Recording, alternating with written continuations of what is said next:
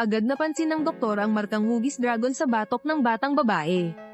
Ito ay namamanang katangian ng pamilya ng kanyang matalik na kaibigang presidente, agad niyang napagtanto na malaki ang posibilidad na ito ang nawawalang sariling anak na babae ng kanyang kaibigan, kaya habang nag-e-examine, lihim siyang kumuha ng isang hibla ng buhok ng bata at dinala ito para sa paternity test. Lingid sa kaalaman, ang presidente sa mga sandaling ito, dahil 30 taon ng single mula pagkasilang, ay nakaluhod sa harap ng ancestral hall at pinapagalitan ng kanyang mga lolo, subalit sa sandaling iyon, sakto namang natanggap niya ang tawag mula sa doktor. "Anong sabi mo? May anak akong babae."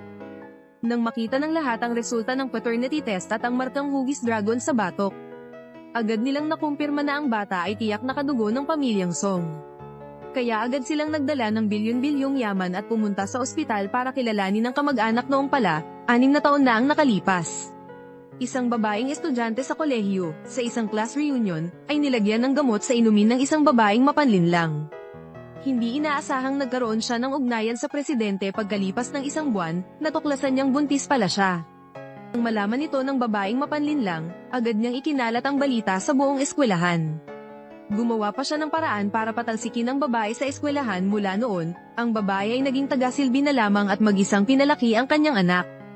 Hindi inaasahan na makalipas ang 6 na taon, nang lagnatin ang kanyang anak na babae, sakalang lumitaw ang markang hugis dragon sa batok nito. Agad nitong naalarma ang buong pamilya ng presidente, bata't matanda, ngunit hindi nila inaasahan na pagdating ng presidente sa ospital kasama ang grupo ng mga lalaking nakaitim, ay sakto namang nakasalubong lang nila ang babae. "Sa wakas, dumating ka na. Tinulungan kitang mahanap ang iyong sariling anak na babae. Sabihin mo kung paano mo ako pasasalamatan." "Tada, narito lang siya." "Siya ba yung sinasabi mo?" Paliwanag ng doktor, "Kani-kanina lang nandito pa siya, pero palihim na siyang umalis. Nandito lang talaga siya kanina. Lahat kayo, harangan ng lahat ng labasan ng ospital. Siguraduhing mahanap ang mag-ina." Samantala, ang lolong hirap ng kumilos ay naiwan ng 300 metro ng presidenteng mapagkalkula habang tumatawid ng kalsada. Hindi inaasahang nabangga siya ng kotse ng babaeng mapanlinlang at natambol, subalit walang pakialam ang babae sa kalagayan ng matanda. Sa halip ay ininsulto pa siya nito, na kung masira raw ang kanyang kotse ay hindi niya ito mababayaran. Mabuti na lang at dumating agad ang batang babae. "Ale, tawiran po ito, kayo po ang unang lumabag, hindi po ito kasalanan ni Lolo. Saan galing ang paslit na to? Maniwala ka't sa hindi, pupunitin ko yung bibig mo. Tigilan mo siya, may mali ba sa sinabi ng anak ko?" Sa sandaling iyon, biglang nakilala ng babaeng mapanlinlang ang babae bilang ang dati niyang kaklase sa kolehiyo na kanyang dinroga at ipinahamak. Pagkatapos, akma pa niyang pagbubuhatan ng kamay ang batang babae. Nang makita ito ng ina, agad niya itong itinulak palayo. Sinabi niya rito na tumawag na siya ng pulis trapiko kung alam niya ang mas makabubuti. "Umalis ka na. Hindi ka nagbigay daan sa pedestrian, ikaw ang may buong kasalanan." Maltang 202 puntos na kaltas, ha?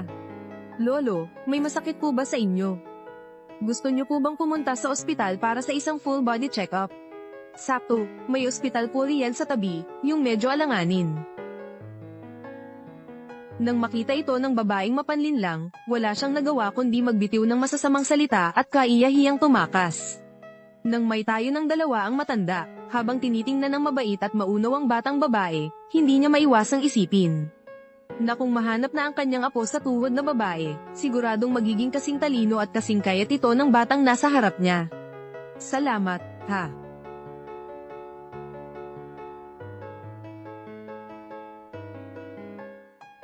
Nakita ng presidente na ang mag-ina ay tila napakapamilyar. "Bakit kapag nakikita ko ang babaeng ito, may nararamdaman akong hindi maipaliwanag na pagiging pamilyar?"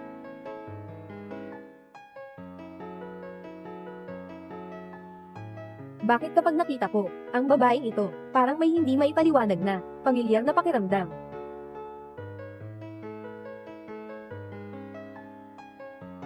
"Ano ang tinitingnan mo? Umalis na ang lahat." "Lolo, bakit ka lumabas na mag-isa? Hindi pa ba? Bakit? Hindi ka pa rin mapakali tungkol sa apo kong apo? May balita na ba tungkol sa apo kong apo?" "Wala pa. Hindi mo pa rin magawang ayusin ang bagay na ito." "Ay, may larawan ka?" "Wala rin. Pero, Ayos lang din naman. Basta't dugo ko ay mula sa pamilya ng Song. Yung ganun.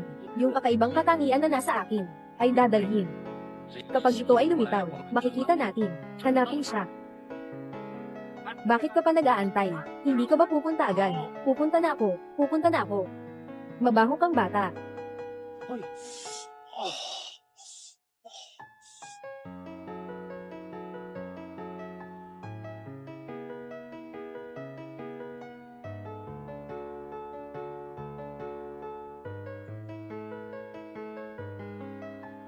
Nanay, tumunog ang telepono mo. Tumawag na.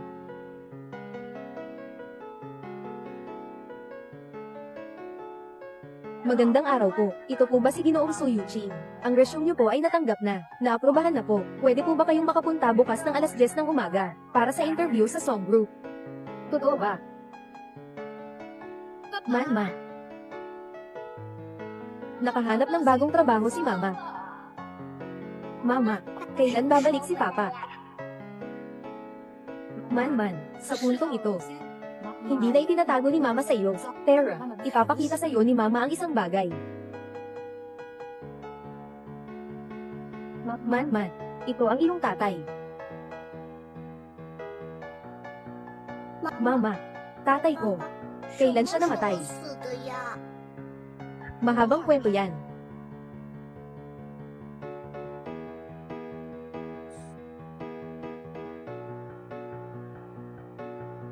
Man, ipapain ko na siya ng masamang amoy sa tatay mo. Ayos na lang ba, Pangulo Song? Oo, ayos lang ako. Kapag may balita ka tungkol sa kanila, unang ipaalam mo agad sa akin ha. Oo.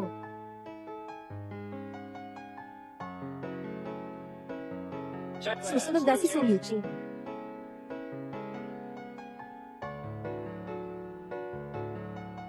Okay.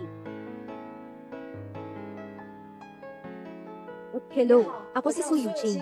23 taong gulang na ako. May karanasan ako sa malaking kumpanya. Ngayon ay nag-i-interview ako para sa posisyon ng pangkaraniwang manggagawa. Nagtapos ako ng high school. Bakit mo naiisip na makakapagtrabaho ka sa Song Group, Ginoong Shen? Bagaman hindi mataas ang aking edukasyon, marami naman akong karanasan sa trabaho.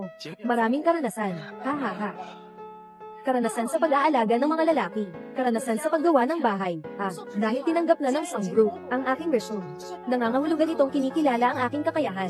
Huwag mong gawing personal ang atake. Nakasulat sa iyong resume na ikaw ay single. Pero malinaw na may isa kang 5 taong gulang na bata na buntis bago ikasal. May mali ba sa sinasabi ko? Supervisor Shen, darating din ang araw na magiging ina ka. Pakisuyong mag-ingat sa sinasabi mo. Hindi ako katulad mo. Nabuntis sa kolehiyo, na-expel pa ng paaralan. Ayos lang. Kung sasabihin mo na ang anak mo ay hindi cute, kailangan mong ipaliwanag sa lahat kung sino ang ama ng bata na expel. Hindi ko akalain na mukhang inosente siya. Napaka hindi maayos ng pribadong buhay. Sino ang nagsabi na hindi? Tingnan mo, siya ay nagkaanak kahit hindi pa kasal. Kahit na ako ay may mataas na paaralan lang na edukasyon. Ngunit ang edukasyon ay hindi nangangahulugang kakayahan. Magsisikap din ako sa mga piraso ng oras, magsagawa ng sariling pag-aaral, at patuloy na pag-unlad ng sariling kasanayan, kawili-wili. At saka, hindi ba tinanong ninyo kung ano ang aking mga kalakasan? Isang solong ina, kaya kung gawin lahat, walang trabaho, mas mahirap pa dito. 24 na oras araw-araw, walang pahinga, walang bonus buong taon, walang weekend. Sa tingin ko, mas kaya ko kaysa sa inyo, mas karapat dapat, sa mataas na intensity na trabaho. Yung babae ba ay ganito rin? Ang ginugol sa mga taon. Sige, ang dami nang nasabi, pero hindi pa rin kita maiiwasan. Sa iyong hindi kaaya-ayang ugali. Sinasabi ko sa iyo, ang Song Group ay hindi kailanman tatanggap ng tulad mo na may masamang asal. Ikaw.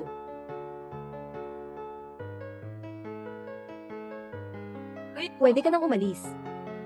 Tinawag mo ako dito para sa interview, para lang ako'y hamakin. Tama ba? Akala ko ang Song Group ay ganito ring mapagsamantalang peke. Kung ganito nga. Ganito ang kumpanya, ayokong pumasok na lang. Sandali lang.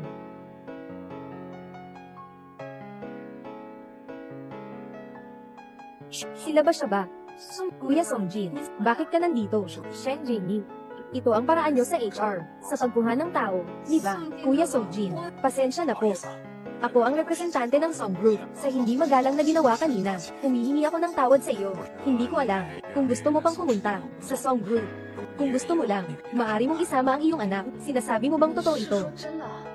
Oo, tandaan ninyo. Magsasagawa ng masusing investigasyon ng SOM sa hinaharap tungkol sa ganitong uri ng diskriminasyon. Kapag natuklasan, agad na aalisin. Napakabuti. Ngayon ay puno na ng bayad sa paaralan. Walang dapat ipag-alala. Walang magbabantay sa trabaho. Puno na ito. Bakit kayong lahat ay nakatulala? Magsimula na kayong magtrabaho. Su Yuching, swerte mo sa pagkakataong ito. Pagkatapos, makikita natin. Ano ang pangalan mo? Ang pangalan ko ay Su Yuching. Ano ang pangalan mo? Ang pangalan ko ay Su Yuching. Ano ang pangalan ng anak mong babae? Pasensya na. Nakaon na ang mikropono at ang speaker. Ajun, ipapakita ko sa'yo. Ito ang tank na binili ko sa Timog. Nandito ang ako kong babae. Pinapabago ko sa kanya araw-araw. Gusto kong palitan niya ito araw-araw.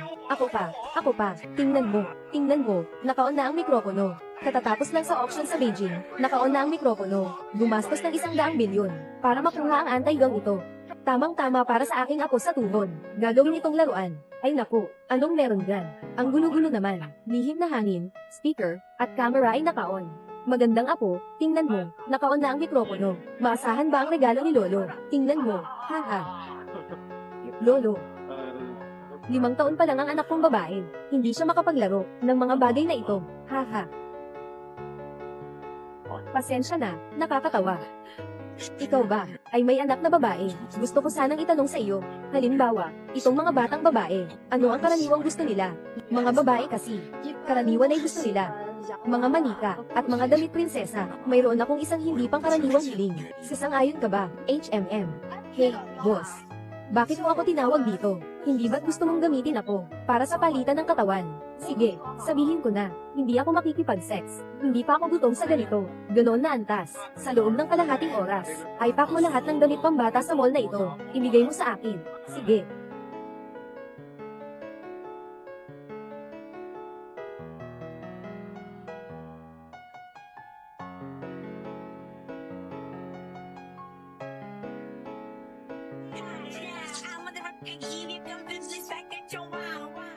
Sobrang labis naman ito. Tingnan mo nga ito, alin ang mga bagay na mas gusto ng mga babae.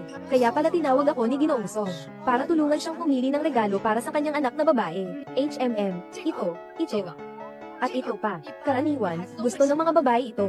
Pero tungkol sa palda, hindi naman kailangang pink lang. Tulad nito. Magugustuhan din ng mga babae. Lahat ng sinabi niya ay nakabalot. Oo. 10, 100, 1,000. 100.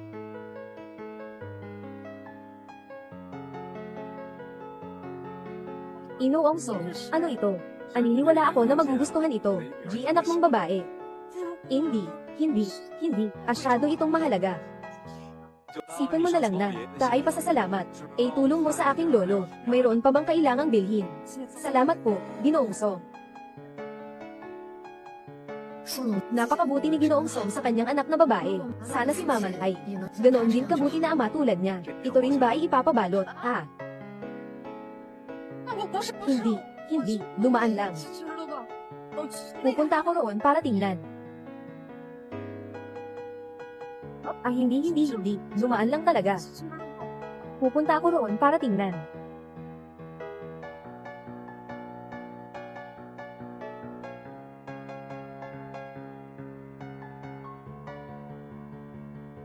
Xiaoshu, yung kakulangan sa tao sa pabrika, nakapuno na ba? May bagong dating na batch ngayon. Pagkatapos mag-apply, ang kabuoang bilang, pwedeng umabot ng 5,000. Kaya naman talaga, sige, naiintindihan ko, puntahan ko muna. Bilang pabrika ng elektronikong kumpanya ng pamilya Song, pinakamaliit na industriya, kailan naging ganito ka-interesado, Ginoong Song? Bakit ka naging ganito kaseryoso? Sobrang puno. Mama, kailangan nang pumasok sa trabaho. Mag-isa ka na lang dito. Ha? Ayos lang ba? Usok. Mama, susunod ako ng maayos. Huwag magpapalayo. Ang bait mo talaga. Xiaosu, pumunta ka dito. Sige, darating na ako.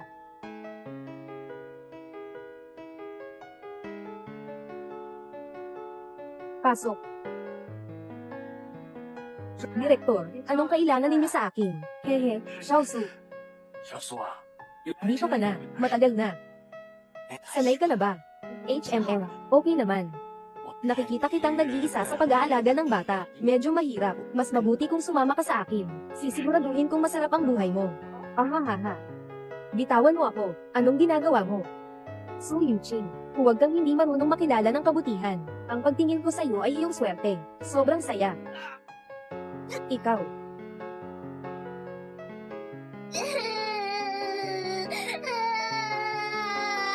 Umiiyak.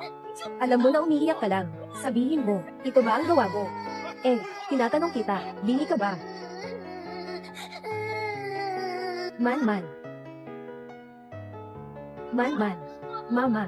Su Wenqing, dumating ka sa tamang oras. Tingnan mo ang anak mong babae. Anong kabutihan ang ginawa, Mama? Tingnan mo na lang. Mahiling maglaro ang anak mo. Nadumihan ng tubig at alak ang mga pyesa. Yung mga pinaghirapan naming produkto. Lahat ay hindi na magagamit. Hindi kami makakapag-deliver ng mga order. Kayo ay may pananagutan. Dahil sa hindi magandang pag-aalaga, na nasira ang anak mong babae. Mga pyesa ng katrabaho. Hintayin na lang na matanggal. Anong silbi ng matanggal? Lahat ng kargamento natin ay sira na. Kailangan tayong bayaran ng ating pawis. Ibig sabihin, kailangang bayaran. Bayaran ang ating pawis. Bayaran ang ating pawis. Punong-puno. Sabihin kay nanay, yung mga pyesa na ito, nasira mo ba, nanay? Hindi nasira ni mami. Yung mga gamit nila. Okay.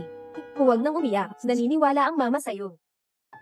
Naniniwala ako sa aking anak na babae. Ito, tiyak na hindi niya ginawa. Siyempre ikaw ito, na nagsisinungaling. Nakita ito ng mga katrabaho. Siya ang nagbulot ng pinsala. Tama. Nakita ko mismo, si Su Yuching sa oras ng trabaho. Hindi nag-aasikaso ng tama, at pinapabayaan ang kanyang anak, na nakakaapekto sa kaayusan sa pabrika. Si Su Yuching, hindi ko akalain na ikaw. Mukha kang napaka-inosente. Ngunit sa totoo lang, isa kang masamang tao, na mahilig makipaglandian. Huwag kang magsalita ng walang batayan. Tingnan mo ang iyong, mukhang hindi ka nakasuot ng maayos. Di ba kakagaling mo lang, kay Director? Haha. Kung may oras ka pa, mas may isip mo na lang kung paano magbayad sa kumpanya. Magbayad ka, magbayad. Tama na, bilisan mo na ang pagbabayad. Isang araw na ang nakalipas, 6 na oras na. Gaano pa ba katagal, bago mo mahanap ang apo ko? Ay naku, Lolo, may mga tao na akong pinapahanap. Nasa labas sila, mag-ina. Hindi ko alam kung may nangyaring pang-aapi. Kung hindi mo siya mahanap, huwag ka nang bumalik sa pamilya Song. Sige, naiintindihan ko na. Mayroon bang hindi pagkakaintindihan? Napakabata pa ni Manman. Paano siya makakakuha ng ganito? Napakataas ng linya ng produksyon. Kakalabas mo lang, na gusto mo akong akitin na dumaan sa likod. Hindi ko lang ito sinang-ayunan. Paano mo nasabing ganyan ang kasinungalingan? Kung gagawin mo, dapat handa kang harapin ito. Ikaw, bilang isang ina, nagkamali ang anak mo. Hindi mo sinabing maganda ang pagpapalaki sa anak, pero tinuruan pa niyang magsinungaling ang bata. Talagang mali ang pinagmulan, mali ang resulta. Ay naku, hindi niyo alam. Yung anak niyang babae, pagpasok niya sa kolehiyo, kasama ng mga tambay. Isa siyang anak na may ina na nagpalaki, mga batang walang ama. Hindi nakakapagtaka na ang mga kamay. Ang dumi naman ito, napakadumi. Kaya pala, anak siya ng mga salbaha. Sabi ko nga, ang ganitong uri ng pribadong buhay niya, kakatapos lang niyang akitin ang direktor. Baka nga, dati, isa siyang masamang babae, sisi. Ngayon, kailangan mong magbayad, o kaya'y hayaan kitang patawarin ang batang ito. Hindi kailanman gagalawin ng anak kong babae ang mga bagay na ito. Kung hindi mo aalagaan ang anak mo, ako na ang gagawa nito. Ituturo ko sa batang ito. Huwag mo siyang hawakan o galawin. Nasaan ang security? Anong tinitingnan mo? Agad mong dalhin ang batang ito sa silid ng parusa. Ayaw ko. Huwag mong galawin ang anak ko. Man. Inay, bitawan mo ang anak ko.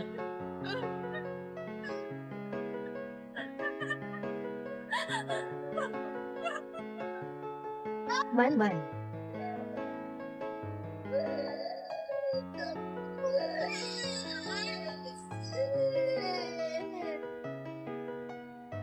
Shen Jingyi, anong problema? Sabihin mo sa akin. Bata pa siya. Anong nangyari sa bata? May nagawang mali ang bata. Kailangan pa rin siyang parusahan.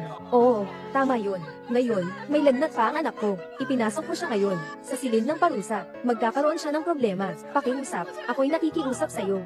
Su Yuki, dapat may pag-amin ka. At tamang pag-amin. Kung talagang gusto mong ipakita na pakawalan mo ang iyong anak na babae, kailangan mong lumuhan sa aming mga katrabaho. Mag-sorry ka. Sige, luluhod ako.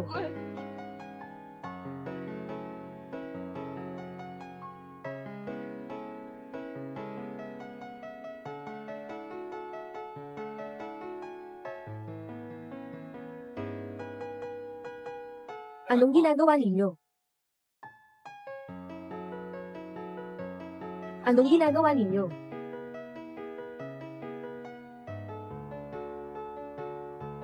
Kuya Songjin, bakit ka nandito? Shen Jinyi, hindi ko ba sinabi sa'yo? Lalong lumalala ka na, ngayon. Kuya Songjin. Sa pagkakataong ito, hindi ko kasalanan. Ito ang babaeng ito. Sila ay may dala. Papunta sa workshop ng pabrika. Binabagsak nila ang mga bahagi na ginawa namin. Oo. Pinakulong nila ang anak ko. Sa silid ng pagdidisiplina, may lagnat pa rin ang anak ko. Ginoong Song, pakiusap, tulungan mo ako. Iligtas mo ang anak ko. Nandyan lang siya. Man. Tulungan mo ako. Ginoong Song, nakalak ang anak ko, dito sa loob. Man. Buksan mo ang pinto, Kuya Songjin. Ako. Nawala ang susi ko.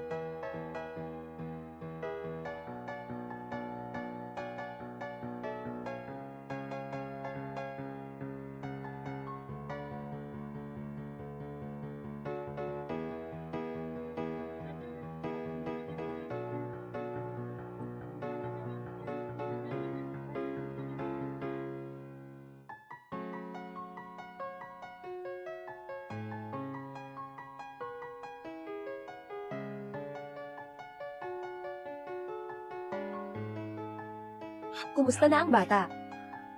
Inay. Hindi ko sinira ang pyesa. Kasalanan ni Inay lahat. Hindi ka naalagaan ni Inay. Hi. Man. Sabihin mo kay Tito, kung ikaw ang nagsira sa mga pyesa na ito. Shen Jinyi. Tatanungin kita ulit, kung ang mga pyesa na ito ay may kinalaman sa iyo.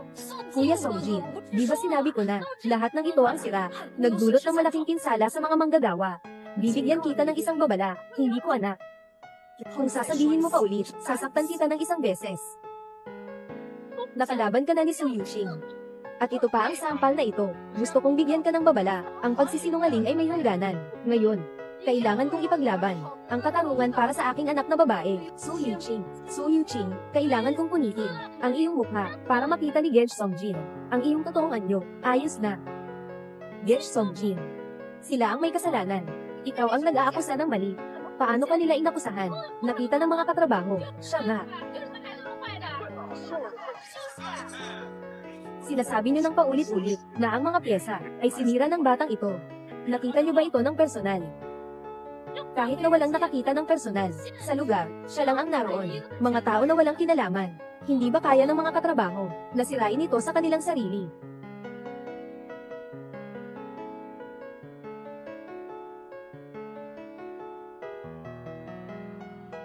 Shen Jinyi, huling tanong ko na ito sa iyo. May kinalaman ka ba sa bagay na ito? Kuya Songjin, medyo, hindi ko maintindihan ang sinasabi mo. Ano ito?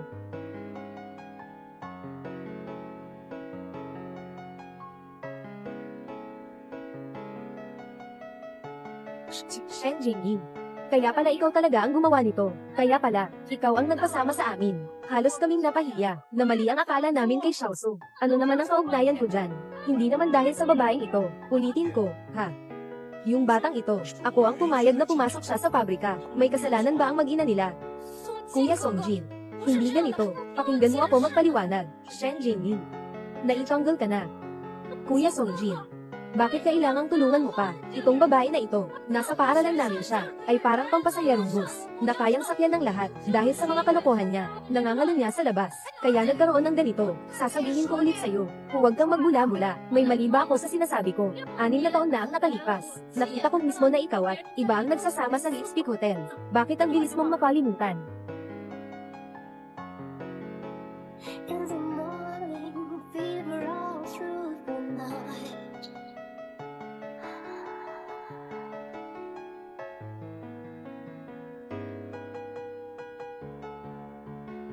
Ritz Peak Hotel. Hindi ba yun? At pagkatapos ay nalaman mo na ikaw ay buntis dahil sa hindi maayos na pamumuhay na nagdulot sa iyong pagtanggal sa paaralan. Ito ba ay nakalimutan mo na rin? Su Yuqing. Ngayon, may lakas ka pang sabihin na hindi ka isang boss.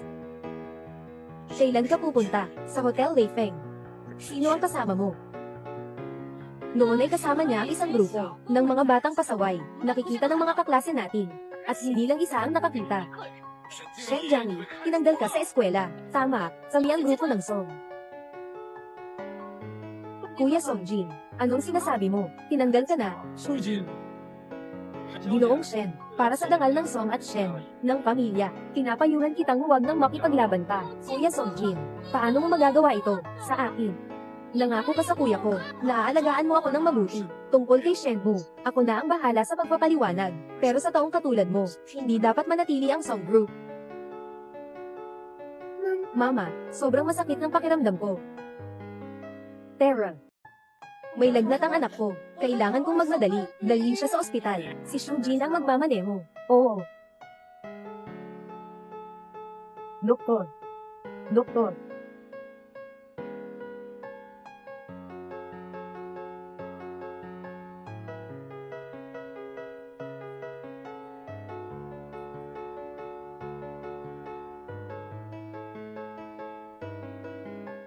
Yung bata.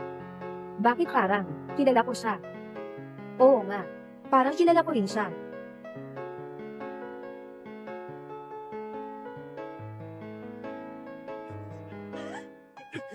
Oo. Noong araw na iyon sa tabi ng kalsada, tulungan mo ako, yung babae. Nakita ko siyang nagmamadali. Maaaring may sakit ang bata. Yuyu, bata yun. Mabilis, tulungan mo siya. Mag-ayos ng doktor. Mabilis, para sa kwarto ng pasyente. Uy, bilisin mo. Ito na, maaari kayong magpahinga. May darating na doktor mamaya para tingnan kayo. Salamat. Ay, batang masungit, nasaan na ang apo kong babae? Lolo, may balita ako. Hintayin mo, hahanapin ko siya. Agad ko siyang dadalhin sa harap mo. Sinasabi ko sa'yo, huwag mo akong lokohin. Ngayon na, agad, pumunta ka sa ospital, Saleng. Ay nako, ang puso ko kasi. Ay nako, ay nako, ay nako, ay nako, nanay, hindi kami yun. Yung nakasalubong namin sa tabi ng daan, na lolo. Ha? Bakit kayo nandito, mga dalaga? May lagnat siya. Dinala lang namin siya sa ospital para tingnan. Hindi dapat ipagsawalang bahala ang lagnat. Mas mabuti nang mag-ingat. Hoy, Shenhu. Sige, pumunta ka na sa ospital. Yung nakasalubong natin kanina lang. Yung mag-ina. Tingnan mo nga. Dali, dali. Oy, oy. Sa totoo lang, may apo na rin ako. Nakikita ko siya. Naaalala ko ang aking naghahanap buhay na apo sa tuhod. Huwag po kayong malungkot, Lola. Naniniwala akong makikita rin natin ang inyong apo sa tuhod. Sana yung batang iyon ay magpakatino. HMM. Mama, gusto kong uminom ng tubig. Sige, kumuha ka ng tubig. Ako na ang bahala. Sige, pasensya na. Ay naku, walang anuman, bumalik ka agad. Ay, haha, pahinga lang.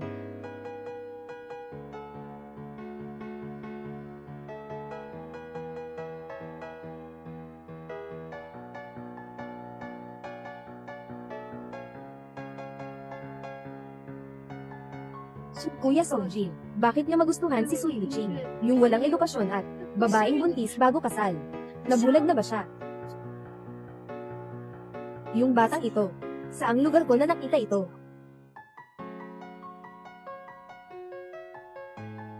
Naalala ko na. Iyan ba ang hinahanap ni Songjin, ang mahal niyang anak na babae? Oo, yun na nga.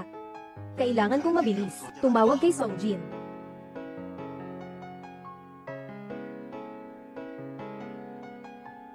Alam ko na kanina.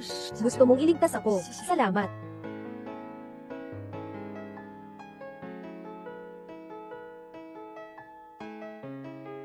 Sa susunod, sigurado ako, makikita mo na ang anak mong babae. Nasa ospital na siya ngayon. Huwag kang mag-alala, sa pagkakataong ito, sisiguraduhin kong patutok ako. Sige, alam ko na, darating na ako. Anong tawag ng kuya? Sino pa kundi si Songjin? Mahal na kapatid, may kailangan akong asikasuhin. Gusto ko sanang humingi ng tulong sa'yo. Magsalita ka ng maayos sa akin. Itigil mo na yung boses mo. Nakakakilabot ang pakiramdam ko, kapatid. Maaari mo ba akong tulungan na bumalik sa kumpanya ni Songjin? Magtatrabaho ba ako doon? Hindi ba't maganda ang takbo mo doon? Hindi ka ba tinanggal ni Songjin? Ikaw. Paano mo noon? Ako pananggapwan. Siguraduhin hindi ka makakasagasa ng gulo. Ay naku, kuya, pakiusap. Tulungan mo na naman ako nito. Ipinapangako ko. Sa susunod, hindi na talaga ako gagawa ng gulo uli, isang beses lang. Sige, sige, huwag na, huwag na. Sige, nangako ka ha. Alam ko na, ang kuya ko ang pinakamabait sa akin. Sabihin ko sa iyo ha. Huwag nang maulit, HMM. Ang posibilidad ng pagkakapareho ng dugo ni Song Shi ay paano mangyayari yun sangguniin ang mga dokumento sa seguridad? Paano ito posible? Paano posible si Sumanman ay anak ni Kuya Songjin? Kilala mo siya. Hindi ito posible. Siguradong may mali dito. Oy, Jingyi. May kailangan pa akong gawin. Umuuna na ako.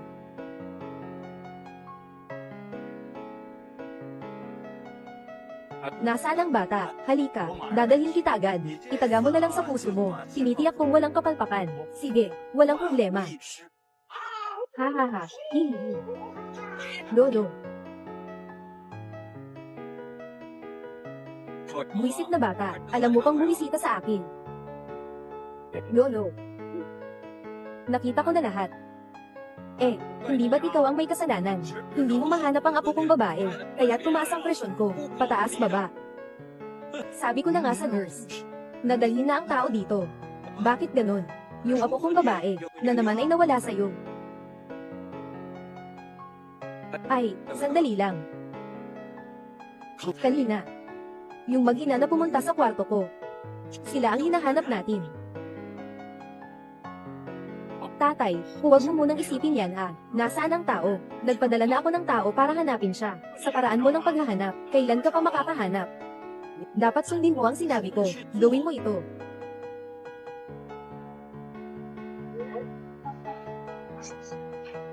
Sige, mag-drawing ka na. Mag-drawing ka na. Sige, mag-drawing ka na. Hindi ka mag-drawing. Anong iniisip mo? Songjin. Pasensya na, hindi kita matutulungan. Diyos ko, tulungan niyo ako. 救救我吧！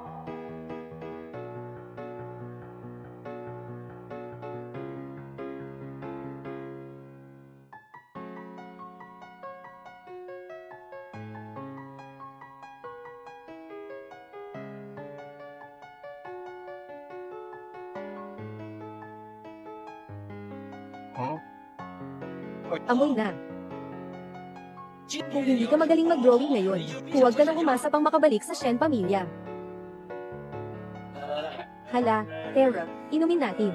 Itaas natin ang baso para sa kanya. Terra, Terra, Terra. Ngayon, unang inumin ko si Xiaosu. Sa pagkakataong ito, salamat kay Xiaosu.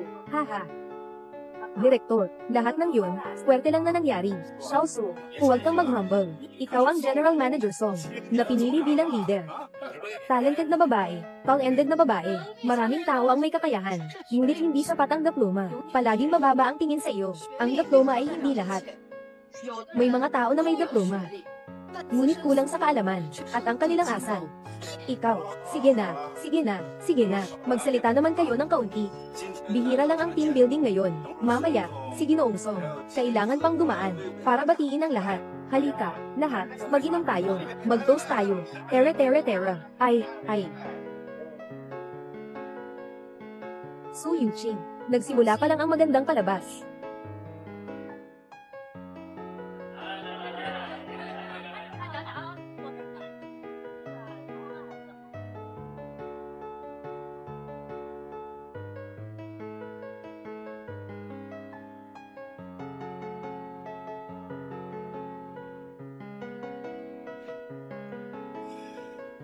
Xiaosu itong baso ng alak, kailangan mong uminom. Hindi ko talaga kayang uminom. Eh, kung hindi ka iinom, ibig sabihin, hindi mo ako pinapahalagahan. Sige na, uminom ka na. Sige na nga. Ayos.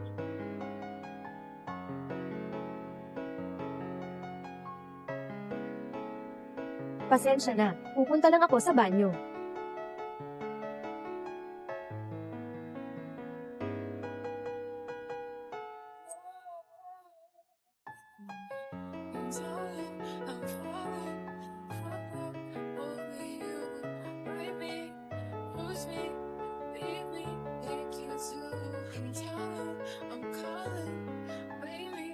Si Su Yuqing.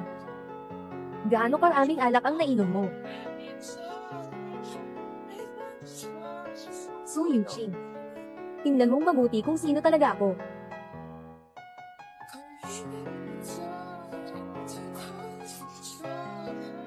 Might crash my car into a wall. Su Yuqing, magising ka naman. Guwapo. Ang lamig ng katawan mo. Guwapo. Ang lamig ng mukha mo.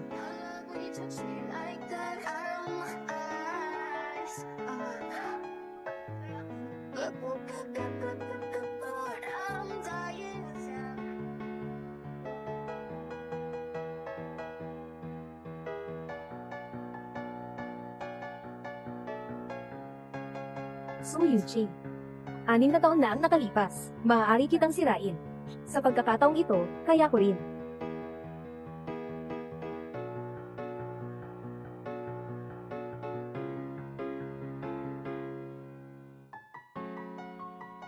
Ginoong Song. Ito talaga ako, pinakamataas kong kakayahan sa sining. Lalamunan, wala nang ibang paraan. Pumunta, sundin ang itsura sa larawan. Hanapin mo ito. Oo. Ang Song Group ay naghahanap ng nawawalang batang babae na matagal nang nawala. Kung ito ay tugma, larawan ng tao, mangyaring magparehistro. Grupo ng Song ay naghahanap ng nawawalang maliit na ginoo. Kung makakapareho ang larawan ng tao, mangyaring magparehistro. Nanay, ang pangit ng tao sa larawan. Oo, medyo abstract nga. Di ko rin alam kung sino ang nakalagay doon. Uy, Mien, tingnan ko yung suot niyang damit, bakit parang pamilyar sa akin? At yung 2 ulo na parang bola. Mama, hindi naman ako ganito kaganda. Ha, ganun ba? Puno ang bahay namin ng pinakamaliit na babae sa mundo, ang pinaka-cute na bata. Terror na. Mama, may sakit ka ba? Kamakailan lang, hindi ka naman kumain ng mali. Okay lang si Mama, terror na. Sa buwan na ito, regla ko, huling-huli na ng 10 araw. Hindi kaya, baka talaga buntis na.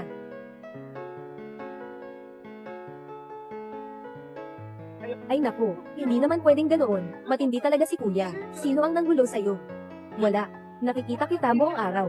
Tila ba nakatitig ka sa cellphone mo ng 800 beses? Baka naman ikaw ay, may isang malanding babae na nakinabang. Isang walang kwentang babae. Ay, kamusta? Alamin ang tungkol sa paglangoy at ehersisyo. Hindi. Dapat nasa ospital si Ninang. Su, nag-aalaga ng bata. Bakit? Namimigay ng mga flyer sa kalye. Tao. Ibigay ang mga flyer sa kamay ni Miss Su. Sa loob ng 10 minuto, lahat ay maipamahagi. Oo. Kailangan din malaman ng lola ko. Lola. Matanda na si Lola. Kailangan pa bang mag-ehersisyo? Gusto kong mag-fold ng papel. Gumawa ng maliit na bangka. Eroplano. Ay. Nakalimutan kong magdala ng papel sa banyo. Boss. Talagang napakabuti mong tao, pagmamalasakit sa mga empleyado ng bayan. Para mapauwi na si Miss Song, maagang makapag-alaga sa anak, matapos ang mahabang pagod, makakain din ng kanin.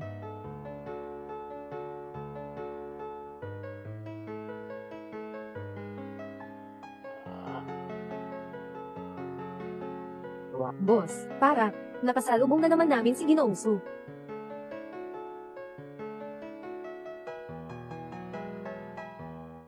Di ba si Ginoong Su yun? Ginoong Su, ilang trabaho na ang nagawa nito, kulang ba ng pera si Ginang? Su, itataas ang kanyang sahod sa 3,000.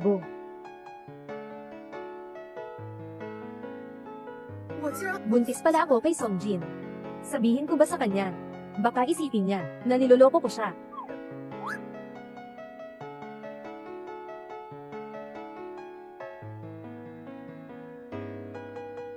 Ginoong Song, inuulat ko sa iyo ang sitwasyon. Ginoong Song, oo. Inuulat ko sa iyo. Ay, may kailangan ba? Kamakailan, ang bansa ay nagtataguyod ng pangalawang anak. Gusto ko sanang itanong kay Ginoong Song kung mayroon siyang mga mungkahi. Natatakot siya sa akin na makipaglandian. Maging kalmado ka lang. Tungkol sa akin, ako ay laging nag-iingat. Hindi mangyayari ang ganitong sitwasyon, maliban na lang kung ikaw ay naipit. Kaya mas mabuti na gawin mo ang sinabi mo, na maging maayos, para hindi ka tawaging masamang tao ng mga empleyado. Bakit bigla kang nagalit? Mukha ba akong masama? Wala. Narito na, ang babae sa litrato ay siya. Anong mga paraan ang gagamitin ko sa kanya? Bigyan siya ng taas sa sweldo. Tingnan mo ang kanyang mapanukso na anyo, alam mong nangaakit ng mga lalaki. Si Xiao Shu, anong sinasabi nila? Suso. Hindi mo pa rin alam, no, yung tungkol sa'yo, nakalat na, sa malaking grupo sa kumpanya. Ano? Xiao Zhu, anong sinasabi nila? Suso. Hindi mo pa alam, di ba? Yung tungkol sa iyo, nabalitaan na. Ito sa malaking grupo sa kumpanya. Ano? Si Su Yuqing, may mukha ka pang pumasok sa trabaho. Empleyado naman talaga ako dito. Bakit hindi ka makakapunta? Kung meron ka lang kahit kaunting paggalang at dangal, hindi ka dapat nandito. Anong ibig mong sabihin? Mag-ingat ka ng mabuti. Paano mo nakuha itong larawan? Tingnan nyo lahat, tingnan nyo. Si Su Yuqing na babae. Ngayon ay nandito pa, na nagpapanggap na malinis. Hindi ko akalain na sa pangkaraniwang itsura, ay napakamahinahon. Akala ko, lahat ay palabas lang para sa atin. Hindi nakakapagtaka. Araw-araw, ang pag-arte nila sa harap natin. Ang artipisyal, siyang pala ay napakawalang pakialam. Wala akong. Paano mo ipapaliwanag? Paano mo ipapaliwanag yan? Sige, sabihin mo na, palagi kang nagkukunwaring inosente. Sa harap ng lahat, sino ba kasama mo ngayon? Yung pulubi sa kalsada? Yung hulagad sa bar? O yung online na, Big Brother na sumasabay sa'yo? Hula ako. Isang balo na may malaking tiyan. O kaya, isang matandang bulok, hahaha. Malinaw na.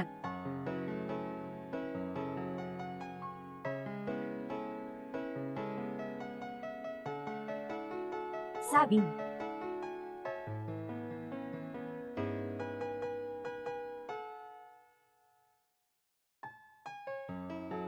Saan galing ang larawan? Sa malaking grupo ng kumpanya. Halos ngayon, nakita na ng buong kumpanya. Kaya binawi ang meeting. Nakansela. Sino yun? Sino ba? Sabihin mo na. Walang kinalaman sa inyo kung sino siya. Sa madaling salita, linisin mo ang bibig mo. Su Yuqing. Anong katayuan mo? Ngayon, naglakas loob ka pang makipagtalo sa akin. Tama. Anong katayuan mo? Naglakas loob kang labanan si Supervisor Shen. Bakit hindi ka pa agad humingi ng tawad? Hindi naman ako nagkamali. Bakit ako magpapaliwanag? Tingnan nyo. Ano ito? Pregnancy test kit. Buntis ka. Ibalik mo sa akin. Ibalik mo sa akin. Sino ba talaga ang lalaking iyon, na nakakuha sa'yo ng ganyan, na parang wala ka ng isip? Ganito ba kalakas ang kanyang alindog? Para bang kayamanan mo siya? HMP, ganito mo siyang inaalagaan? Gusto ko sanang makita, yung lalaking iyon. Sino nga ba siya? Ako yung lalaking iyon.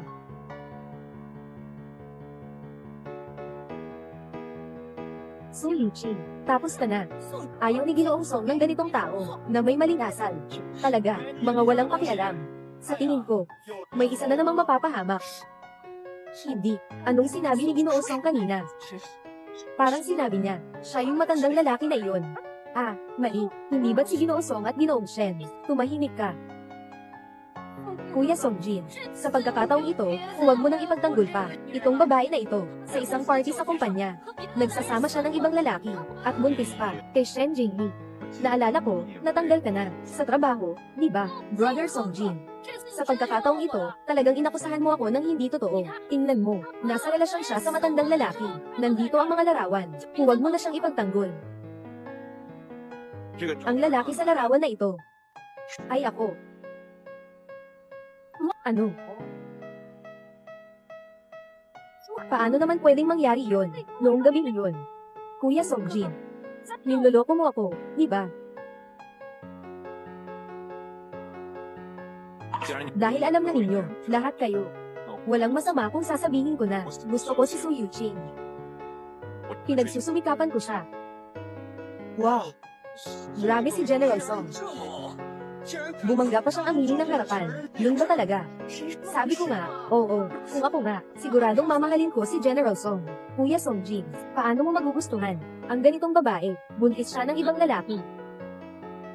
Sinasabi ko sa'yo, kung muli kang magsalita ng ganyan, makikita kita at papaluan kita. Su Yuqing, ikaw. Shen Jingyi, sino ang walang nakaraan? Ako rin ay isa, na may anak na babae, at saka, ako rin ay nagbuntis bago ikasal. Ngayon ba ay kailangan muli? Akong batikyusan muli.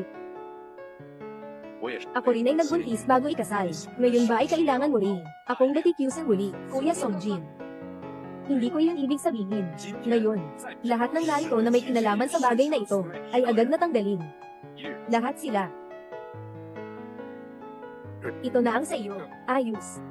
Tama. Sa tingin ko kailangan ng pabrika na ito, na magbago ng dugo. May isa pa.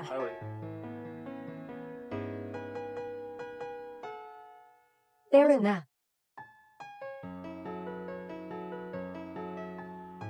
Su Yuqing. Kung hindi ko makuha, huwag mong isipin na makukuha mo rin. Yun. Salamat kanina.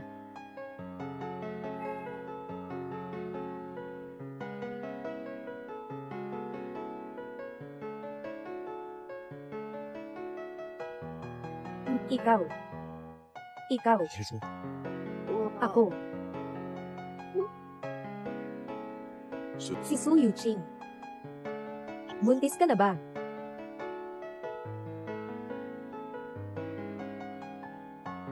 Dapat kayong maniwala sa akin. Ang anak namin na si Yaozu ay talagang matagal na linyong, nawawalang panganay. Ang hinahanap namin ay ang maliit na ginoo. Hindi ba't sinasabi ninyong pamilya ninyong Song? Laging lalaki ba ang ipinapanganak? Saan galing ang batang babae? Sa tingin ko, nanglilin lang ito, di ba? Tingnan mo ito. Ang aming binata ay 29 na taong gulang. Ang anak na babae mo, siguradong nasa 30 na siya, di ba? Huwag kang magmadali, hindi pwedeng makilala. Pwede namang mag-date. Sinasabing ang mga babae ay parang mga bulaklak sa edad na 31. Tama na, ay. Diyos ko. Tulungan niyo ako. Ay, ilan na ba ito? Pang-78 na ito. Hinahanap ko ang apo kong pangalawa. Mas mahirap pa kaysa kay Tang Sanzang sa pagkuha ng suture. Mas mahirap pa. Ay, aking mahal na apo. Nasaan ka ba talaga?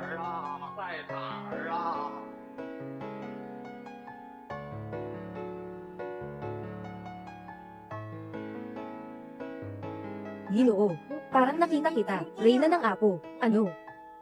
Talaga? Ay naku, kaya dalhin mo na agad, para makilala ng batang, Shen ng mabuti. Bilisin mo. Oo, nakita na ang galing. Ginoo, nahanap na ang kapatid na babae. Nahanap na, mabilis tayo. Makikita ang kapatid na babae. Diyos ko, sa wakas narinig mo, ang aking tinig. Maliit na bata, ikaw ang aking. Nawawalang maliit na ginoo.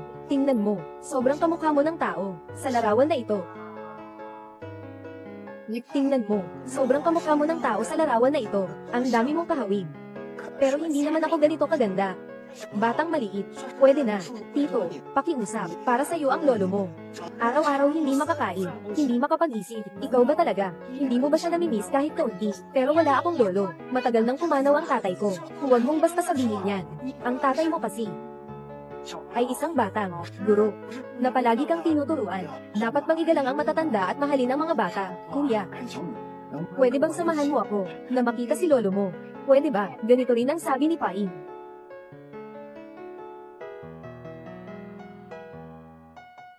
Lolo, sa wakas, nahanap na kita. Binibini. Lolo Song. Man.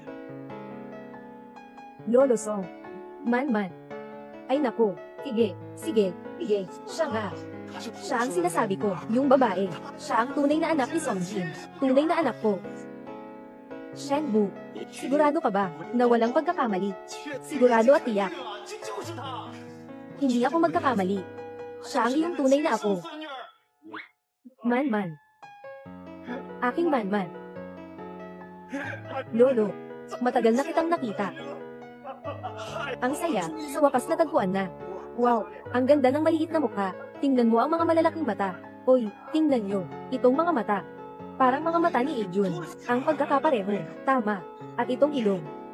Talagang kamukha ni Adrian. Na parang kopya. Sobrang cute. Man. Wow. Ang cute ng kapatid na babae. Ang ganda. Man. Hinahanap ka ng lolo. Napakahirap maghanap.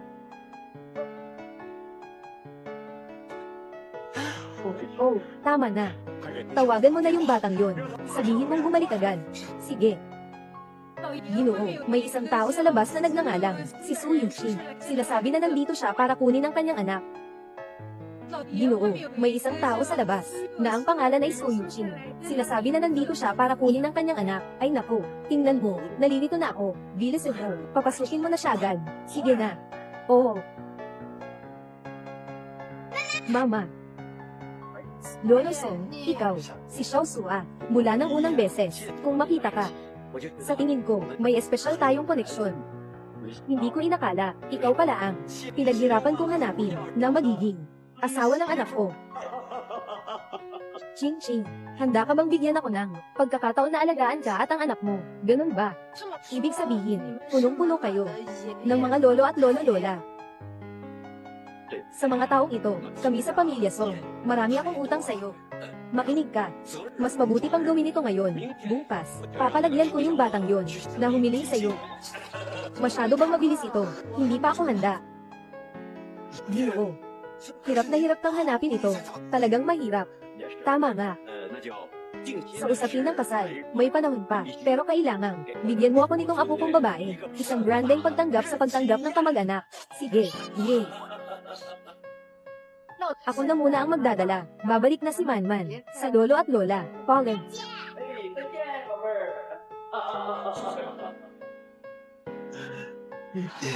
Lolo Song. Pwede na ba akong umuwi? Oo naman. Ang saya naman. Sa wakas, makakauwi na ako. Ang batang ito. Yung bata. Lolo. Sabi nila, nahanap ko na ang anak ko. Nasaan siya? Gusto kong makitang muli. Gusto kong makita ang anak ko. Kailangan mong pumayag sa isang bagay. Anong kondisyon? Sa kanyang ina. Magpakasal. Ano? Gustong makita ang bata. Kailangan mong pangakuan ako ng isang bagay. Anong kondisyon? Magpakasal sa nanay ng bata. Ayaw ko. Bakit ayaw mo pa rin? Suwain na anak, hindi ka pa ba magmamadali na humingi ng tawad sa iyong lolo? Lolo, hindi ko kaya. Pakasalan ng babaeng iyon. Bakit? Azon, kakahanap lang ng bata. Hindi ba? Gusto mo pang iwanan ng asawa at mga anak? Hindi iyon ang ibig kong sabihin. Gagawin ko ang lahat para sa kanya. Ano ang gusto niya? Maibibigay ko rin. Bakit hindi ka sumama? Nagpakasal na ang ina ng bata. Lolo, may sarili akong karapatan sa babaeng gusto ko. At saka, siya ay nagbubuntis na ng anak ko. Kaya hindi ako pwede pakasal sa babaeng iyon. Ano? Buwisit na bata. Makinig ka sa akin.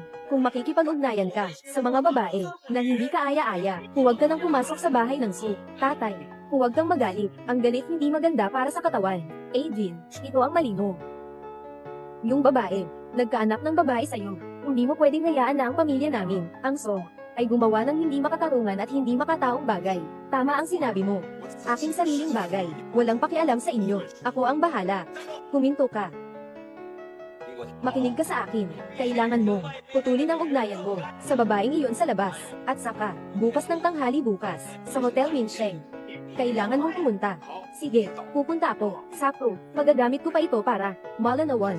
Kung ano ang gusto niya, may bibigay ko. Pero tungkol sa kasal, hindi ko kaya. Ikaw. Pinapagalit mo ako. Nanay. Ito ay binabasa ng hair buhok. Mom, ang galing mo. Lahat ng bagay alam mo. Si Manman ay matalino rin. Minsan, itinuturo mo lang. At natututong na, di ba? Hello. Linang. So, ang aming amo, inimbitahan ka bukas. Dalhin ang iyong pamilya sa malaking restoran ng Minsheng bilang pasasalamat para sa amin. Hindi na kailangan. Sa totoo lang, nagawa ko na. Binibining Su, ang aming may-ari. Gusto lang niyang personal na magpasalamat sa inyo. Pakipakiusap. Huwag mag-atubiling dumalo. Hello.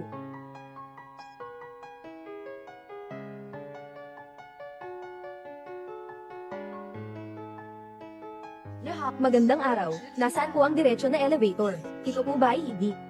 Uy, sabi ko, itong bulwagan, bakit pagpasok, parang may... ikaw pala ito, dala-dala mo ito, dumating ka na. Kilala niyo ba?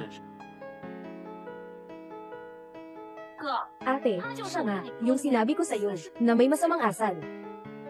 Pareho lang kami ng ina. Si Dr. Shen, mukhang maginoo. Samantalang ikaw, puro. Mga bastos na salita, walang manners talaga. Kahit anong gawin mo pa, basta't hindi ka pa rin.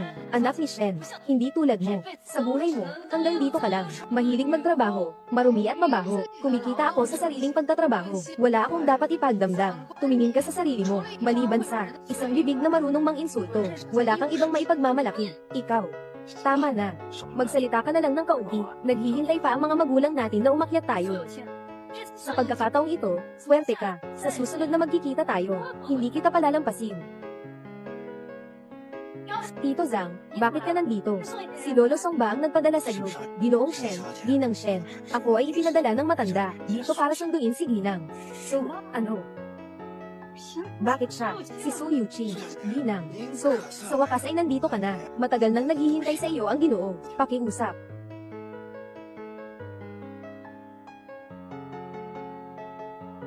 Hinahanap ni Ginoong Song si Su Yuqing. Ano bang maaring mangyari? Hindi ba? Boss. Nandyan na sila. Dumating na rin yung babae. Oo. Gusto kong makita talaga kung magagamit ang bata para sa babaeng nagbanta sa akin. Ano ba ang itsura? Ha. Narito si Xiao Su at Xiao Man. Mabilis. Umupo ka, Lolo Song.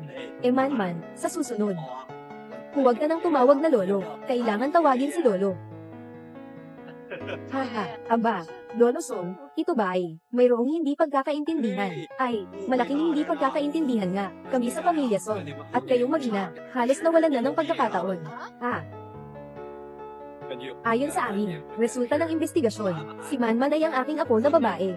Ang kanyang ama, ay ang aking apo na lalaki. Ito, paano pwedeng mangyari to? Ulo ng tunay na ama, ay si Ginoong Song pala.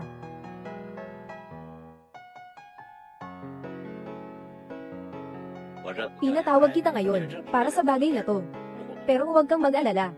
Tiyak na si Lolo, ang magpapaliwanag para sa'yo, makatwiran. Lolo Song, hindi na. Sa hinaharap, isa na tayong pamilya. Walang ganitong formalidad. Lolo Song, sa totoo lang, kaya kung alagaan ang bata mag-isa, pwede bang may anak? Hindi pwede iyon. Kung hindi dahil sa batang iyon, sa mga nakaraang taon, para sa inyo ng nanay, hindi nakikinig at hindi nagtatanong. Hindi rin kayo dapat mabuhay ng ganito kahirap. Talagang hindi na kailangan. Mabuti na kami dalawa. Si Yusu. Alam din na mayroon kang maraming pinagdaraanan. Pero huwag kang mag-alala. Sandali lang. Sisisihin ko talaga yung masamang batang iyon. Tagapangalaga, tanungin mo yung masamang batang ito kung saan na siya. Diyos ko. Binabali mo ako. Kamakailan lang ay nakipag-usap ako kay Ginoong Song tungkol sa, ngayon, sinasabi mo sa akin, na puno ng tatay si Ginoong Song. Xiao Su, huwag kang mag-alala. Ikaw ay isang ina na puno ng pagmamahal. Sa hinaharap, siya na ang magiging may bahay ng pamilya Song.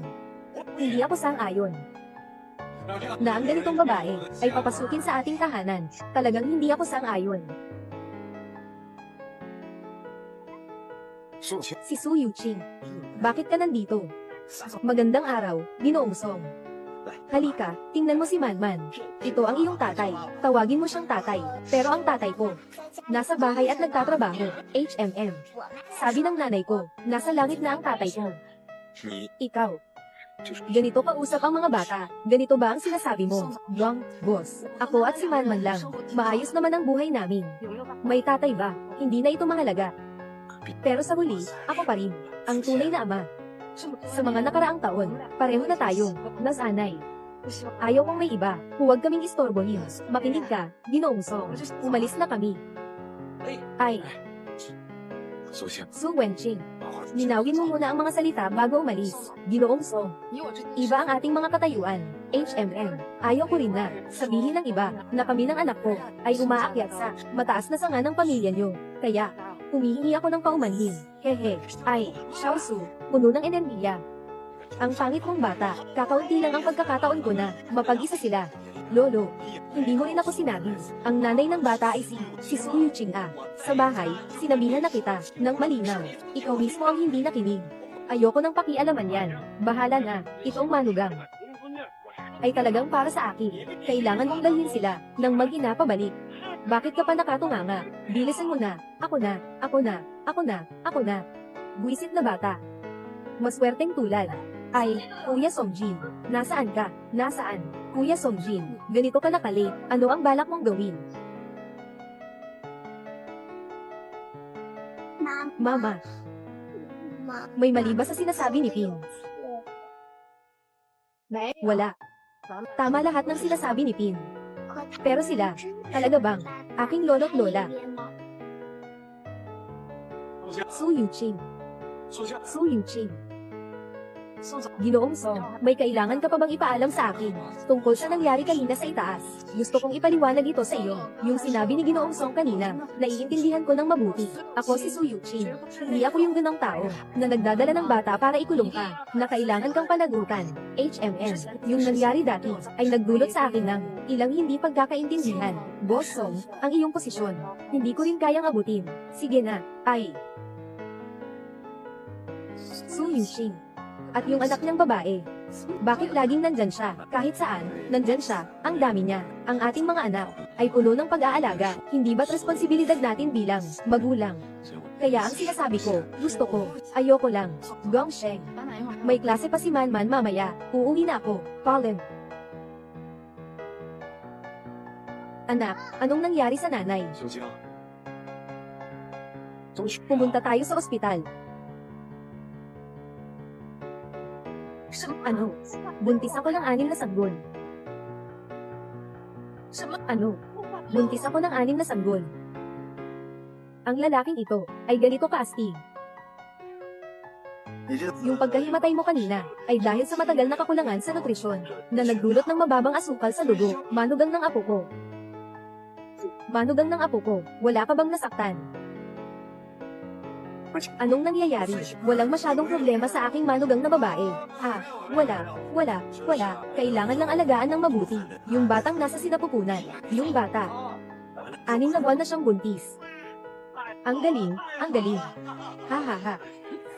Sinasabi ko na sa'yo, si Xiaosu ang tanging apo na babae ng Song. Kailangan mong magmadali para mapakasal mo na ang apo kong babae. Lolo, sa tingin ko, hindi naman kailangang magmadali ngayon. Anak ng manugang, huwag kang mag-alala. Kung may hinaing ka man, sabihin mo lang kay Lolo. Tiyak na susuportahan ka ni Lolo. Hindi na kailangan, Lolo. Tama. Kailangan kong magmadali. Tawagan ko sila para sa ilang mga tawag. Sabihin mo sa kanila ang magandang balita. Ha. Hey.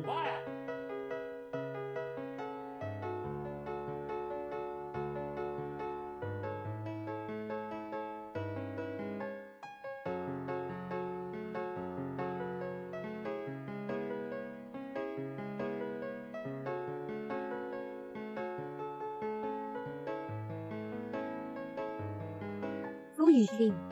Hindi ka magtatagal sa iyong tagumpay. Makinig ka, Ginoong Song. Kung wala kang ibang gagawin, maaari ka nang umalis. Su Yuqing. Ngayon sa restaurant, may mali pala ang akala. Sa pagitan natin, walang ganang misunderstanding. Hindi ko talaga alam. Pinapanto ako ni Lolo para makipagkita. Yung tao ay ikaw. Kung alam ko lang sana, paano ko naman masasabi sa'yo? Ang ganong bagay. Pero, talaga namang, hindi tayo bagay sa isa't isa. Tungkol sa pamilya Song, hindi naman talaga ganoon karami. Ang mga pagkakaiba sa uri, ang pinakamahalaga sa pamilya Song ay ang pagkatao at asal ng isang tao. Sa totoo lang, noong una, kitang nakita, napansin na kita. Kaya ikaw ang aking ama. Bakit mo sinabi na ang aking ama ay pumanaw ng maaga? Su Yuqing, sa tingin ko, tungkol sa bagay na ito, kailangan mo bang ipaliwanag ito sa akin? Haha, nagbibiro lang ako.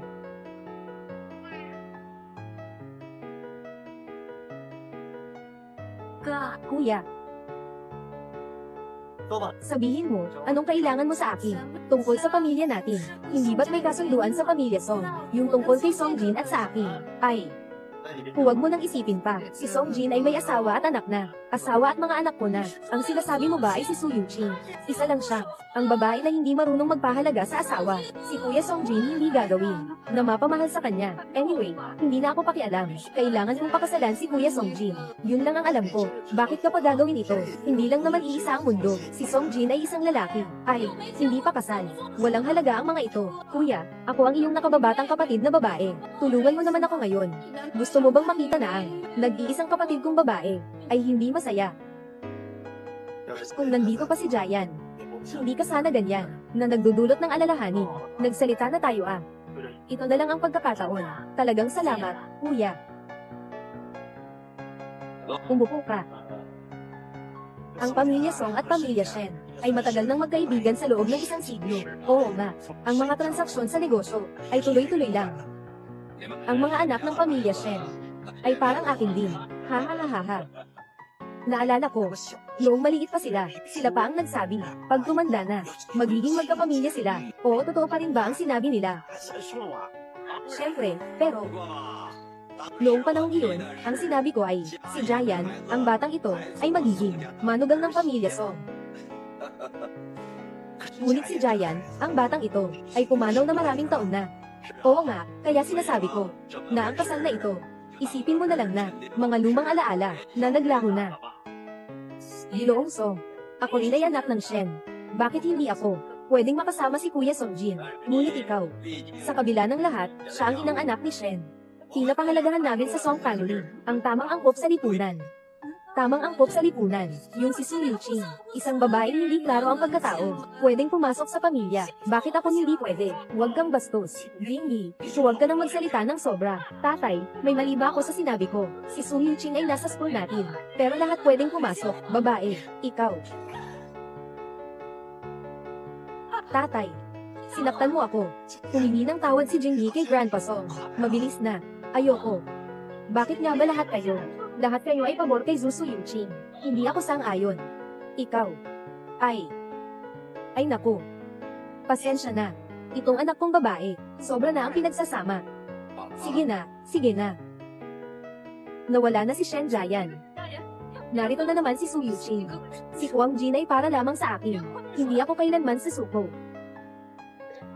Sige, kapag panahon na, kailangan mong dumalo sa amin, sa pagtanggap ng pamilyang Song. Ha ha ha. Ginoo, anong utos ang ipinagagawa ninyo sa akin? Nakaayos na ito. Ayos lang yan. Dapat sa oras na iyon, maging maganda, ang pagdating ng aking manugang.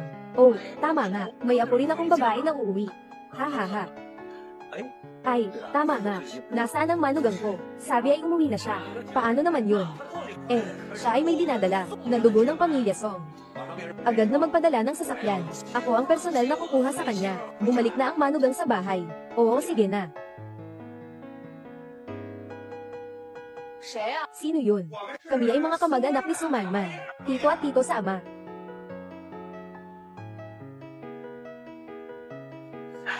Kumusta ko? Ito na si Manman, di ba? Talagang cute at kaakit-akit. Oo, ayan na. Halika, Manman. Ito ang mga prutas na binili ko para sa'yo. At ito pa.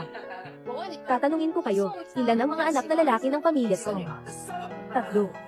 Hindi. 4. Talaga. Ilang taon na ang anak nyo? Wala akong anak. Kaya hindi talaga kayo, mga tao ng Song. Sabi, sino ba talaga kayo? Dahil alam mo na, hindi kami mga tao ng pamilya Song. Kaya't hindi na kami magpapakaawa. Sugod.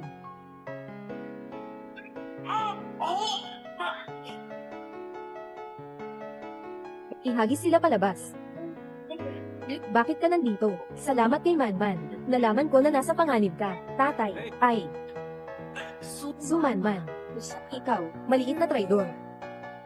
Ay oo nga, sana tinanong kita noon pa. Ikaw, kailan ka natutong makipaglaban? Tatay, hindi mo alam. Si nanay ay nagtrabaho ng mabuti para sa ating kabuhayan. Si G, kahit na hindi siya natapos sa kolehiyo, pero sa bawat larangan ay may pagkakataon.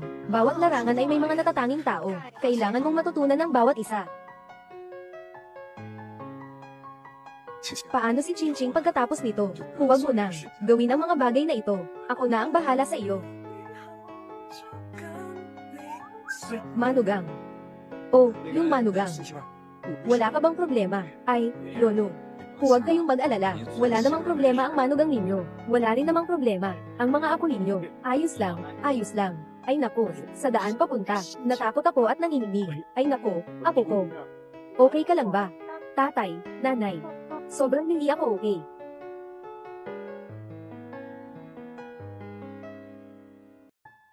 Walang masama sa bata, na malamig lang. Sa kanya, ay lumabas na, ang tatak ng Pamilya Song. Paano posible, na malamig lang siya, basta't may nangyari sa katawan, ng Pamilya Song. Ang tatak na ito, ay maaaring lumitaw anumang oras. Huwag mag-alala, basta inumin mo, ang espesyal na gamot na ginawa ng inyong pamilya. Tiyak na gagaling ka agad. Kukuha ako ng gamot, babalik agad ako. Tuwing may sakit si Manman, ganito ba lagi? Ako ang may kasalanan nito, kung sana nakahanap na ako, ng inyong mag-ina ng mas maaga, hindi sana kayo nakaranas, ng ganitong maraming paghihirap. Nakuha na ng boss ang katotohanan. Sino yan? Si Ginang. Shen. Alagaan mo si Manman. Babalik ako agad, ha? Nanay. Hindi maganda ang pakiramdam ni Manman. Samahan mo si Manman. Pwede bang makipag-usap? HMN. Okay. Liwanag ng buwan sa lawa. Sakay ng kawayan sa ibabaw ng lawa. Gia yan.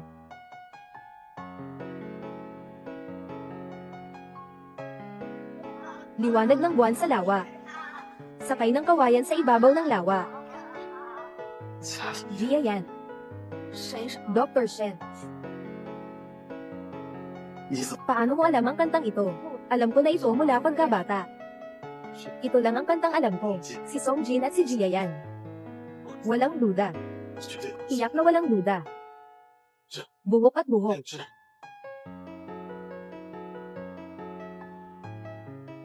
Gia yan. Ikaw si Jayan. Ayos lang, hindi ka papatay. Ano yon? Songjin. Si Jayan ay buhay pa. Si Song Yuching ay si Jayan.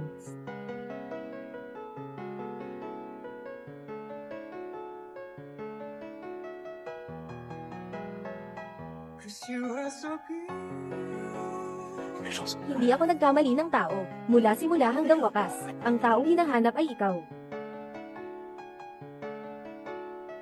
Narito na. Lolo, tatay, kapatid, pangalawang tatay, tatay.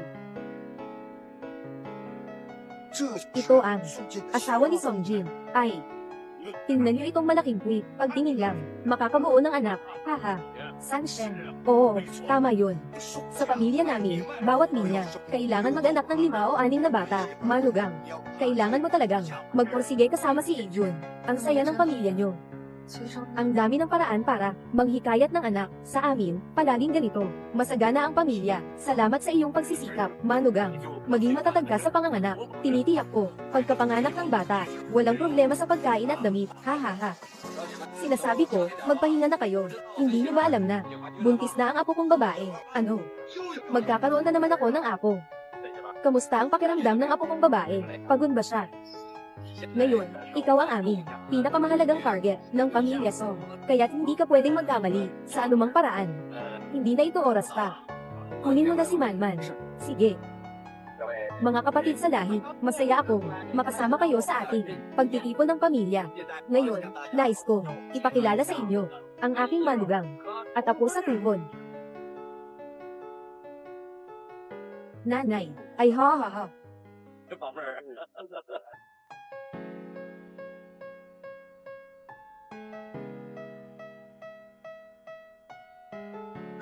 Mga nakatatanda, talaga bang balak ninyo, patawarin si Su Yuching na, isang hindi kilalang babae, na makapasok sa tahanan ng Pamilya Song. Kapag kumalat ito, anong silbi ng dangal ng Pamilya Song? Shen Jingyi, anong ginagawa mo dito? Su Yuching, hindi ako katulad mo, walang hiya, nang hihingi ng pabor sa Pamilya Song. Sa huli, magkaiba tayo ng katayuan, ng iyong pamilya at akin. Anong ibig mong sabihin? Ang kagalang-galang na pamilya ng Song, ay pinapasok ang isang babaeng, walang moral, na hindi marunong ng respeto at kahihiyan. Kung kumalat ito, ano pang mukha, meron ng pamilyang Song, anak ng Shen, ngayon ay ang Pribadong selusalo ng pamilya Song. Ikaw, isang estranghero, ay narito. Marahil ay hindi angkop, di ba, Ginoong Song? Ikaw ay may mataas na reputasyon sa pamilya Song.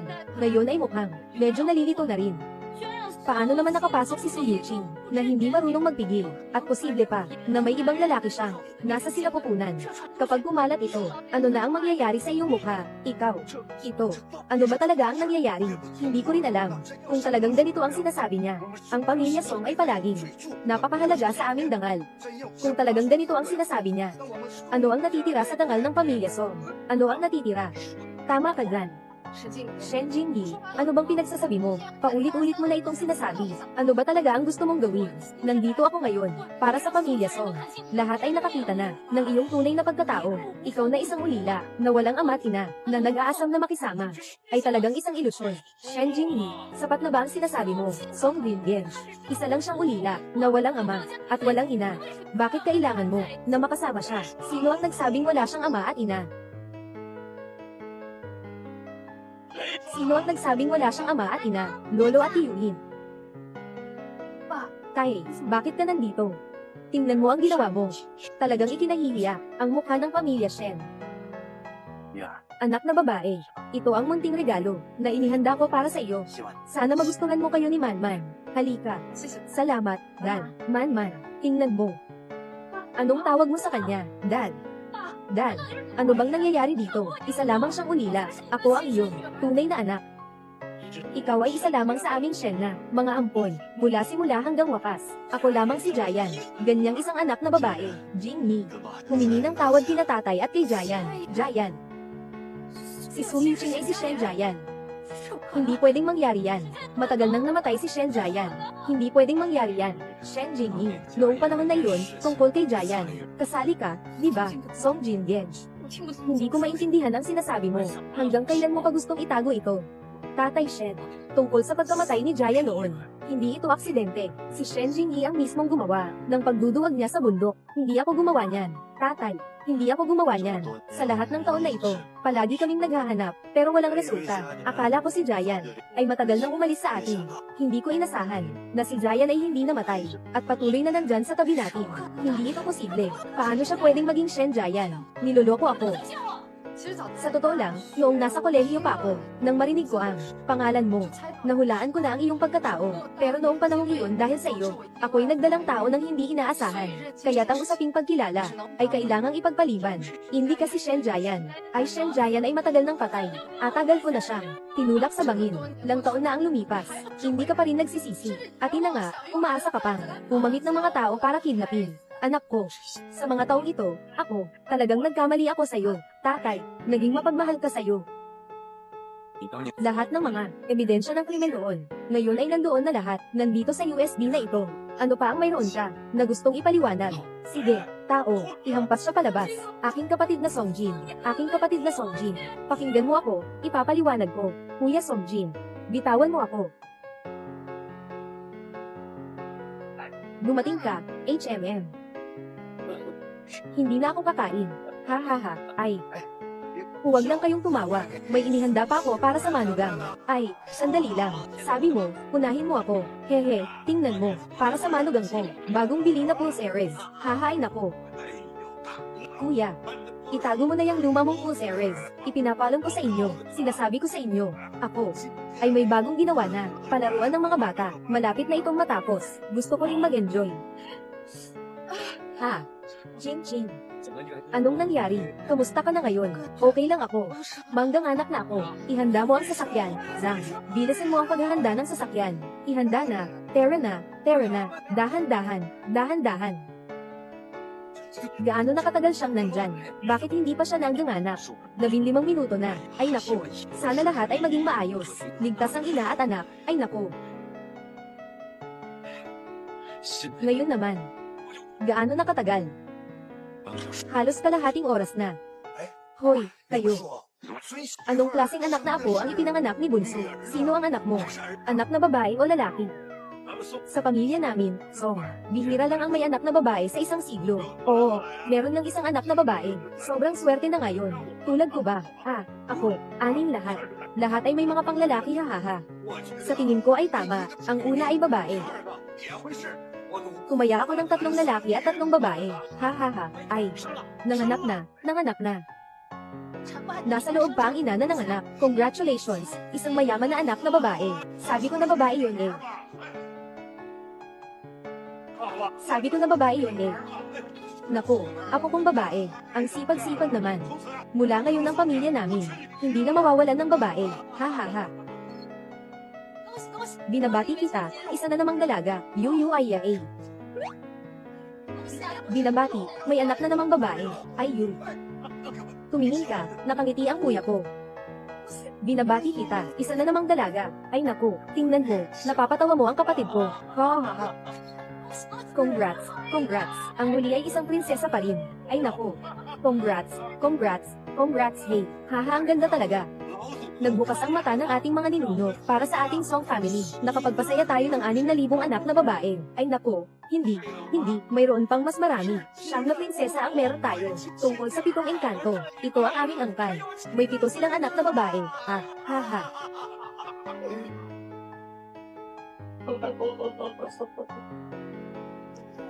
Ang tatay at lolo, ngayon ay humahawak ng bata. Mas sanay pa sila kaysa sa akin. Talagang sila'y nagsusumikap.